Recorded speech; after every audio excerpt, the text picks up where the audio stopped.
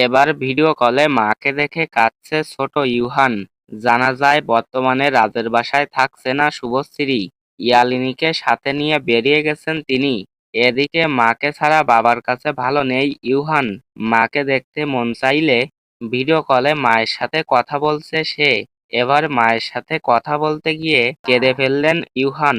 যে মুহূর্তটা শেয়ার করে রাজ বলেন, ইউহানের কষ্ট আমি আর মেনে নিতে পারছি না।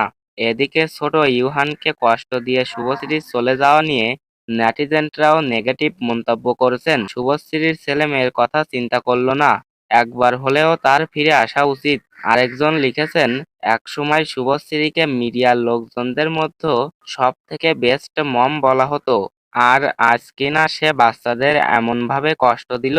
কেউ বা লিখেছেন, ইউভান ইলিয়ানের কথা ভাবতে সত্যিই খারাপ লাগছে।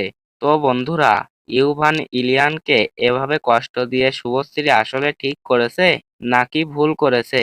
আপনার মতামতটি অবশ্যই কমেন্ট করে জানাবেন এবং প্রতিদিন নতুন নতুন ভিডিও পেতে চ্যানেলটিকে সাবস্ক্রাইব করবেন। ভিডিওটি শেষ পর্যন্ত দেখার জন্য আপনাকে অসংখ্য ধন্যবাদ।